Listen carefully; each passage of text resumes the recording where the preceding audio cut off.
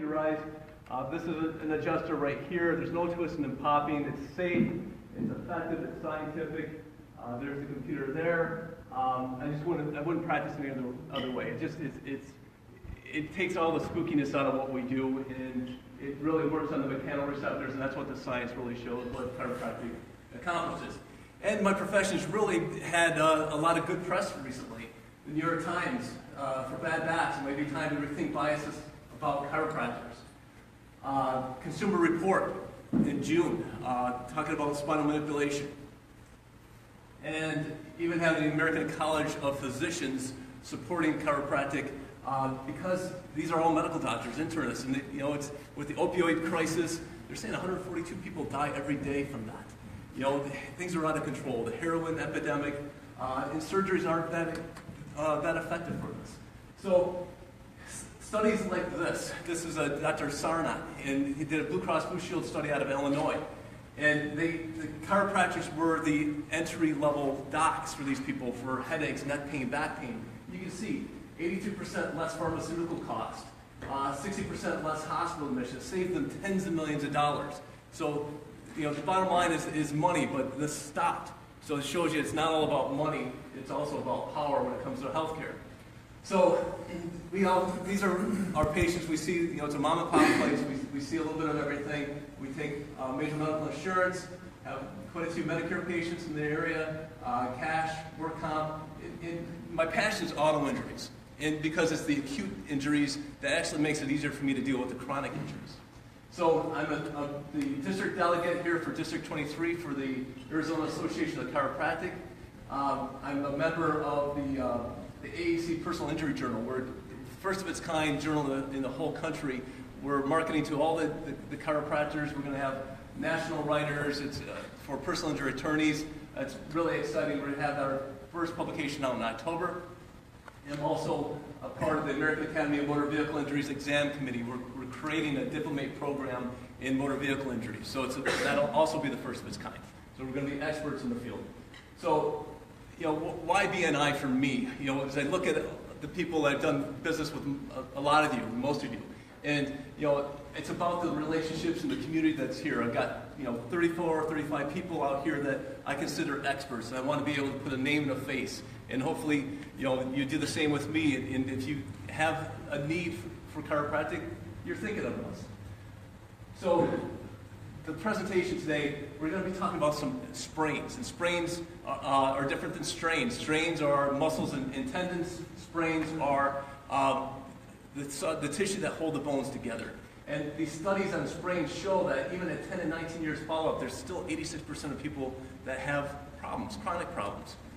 So the need for chiropractic comes in with cost savings. The average cost for somebody with low back pain is between $9,000 and $19,000. And the number one diagnosis is a non-specific diagnosis. So back pains, musculoskeletal conditions far outpace cancers and AIDS and all these other things. This is a very common problem. And we believe the problem is with the spinal ligaments. So ligaments kind of serve as shrink wrap around the vertebra. Okay, so we have them on our feet, we have them everywhere, but we're going to be just concentrating on the spine. So there's 10 that share two vertebrae together. They can tear in the front and they can tear in the back. But the most important thing is to make sure we do stress films. And so if you just take a film or an MRI that's neutral, you're missing where the injury could be. So this is an example. I mentioned this maybe a couple of weeks ago. A young man in a car's totaled, comes to me. All these red lines is where the spine should be on the yellow line. Okay, you can see how far forward the head is. He's had whiplash. And the hospital, after I did all this work, they went to the hospital, they took this film and said the kid's fine, he has osteoarthritis. He's 15 years old. Kids 15 don't have osteoarthritis. I did an extension. All these red lines seem to be lined up. But look at the flexion here. He has a rateable ligament injury at C4, C5. This could be a 25 to 28% whole body impairment for that kid the rest of his life. If I only took this film, which I did forever, the last 5 years I've been doing this, I missed that injury, okay? The hospital missed this injury. So That's where my passion comes from, because I want to be able to make sure that these people are taken care of. So we actually rate how bad things are. And so that kid would have been in a class 3. The only worst would be class 4, which is surgery. Now, when people get in motor vehicle collisions, oftentimes they say, hey, I was just in a little rear end accident. I'll look at their x-rays and, maybe 20 years down the road and say, you've had a whiplash at some point. And so they say, well, it's just a little accident, no big deal. This was a study done, Florida Department of Transportation. All these collisions were less than 10 miles an hour. Look at all the number of injuries compared to the crashes, but more importantly, look at the fatalities. If you can be killed, you can obviously be hurt. Okay? And a lot of times people look at their car and like, well, I don't see the damage. It can't be bad, right? So I got this off the NASA site. We're going to use these numbers. I got a couple of human crash studies we're going to watch. So to get a rocket into space, it takes 3 G's of force, right? And so right now we have 1 G, right? 1 gravitational unit. So it's over an extended period of time, this G force. 9 G's makes humans typically black out, okay? So we're going to see, when you look at these things, you're going to see a bullet car, that's VC. Delta V is going to be the car that got hit. And then you're going to look at, this is the occupant's head acceleration. So 6 G's. So it's a pretty big guy, okay? All they're doing is they're pushing this car into the other car. And you'll notice the bumper on this car, no damage.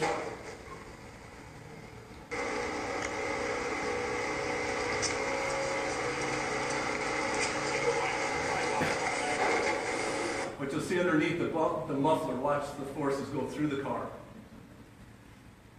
See the muffler kind of move this way. So residual structural damage, none. So that guy has whiplash. 6 G's of force, pretty good. Here's let me go back to that. This one, the young lady was really hurt. Again, not very fast. I think the car is going 8 miles an hour. Watch her head snap. Right there's the injury. So she's not as big as the guy. There are always risk factors involved. Once you see that head snap back, that's where you see the injury. So 8.6 miles per hour. Her car moved 6.7 miles, 15 G's of force. And it's a split second. So our bodies aren't designed to handle those forces. So she's going to have an injury. And they're very, very safe with these human studies. I'm going to go to San Diego this year and take part in this. I'm not going to be in a car. But when these guys do these studies, they've got engineers from Volvo with GM and stuff, because nobody does these studies. It's really pretty fascinating. So, a good referral, again, is somebody that, if a car is total, they're hurt, but there's no clear distinction between property damage and if you're injured. The little old lady is going to be affected differently than somebody that's a teenager. So, in closing, you saw the research. Go see your chiropractor. Thank you.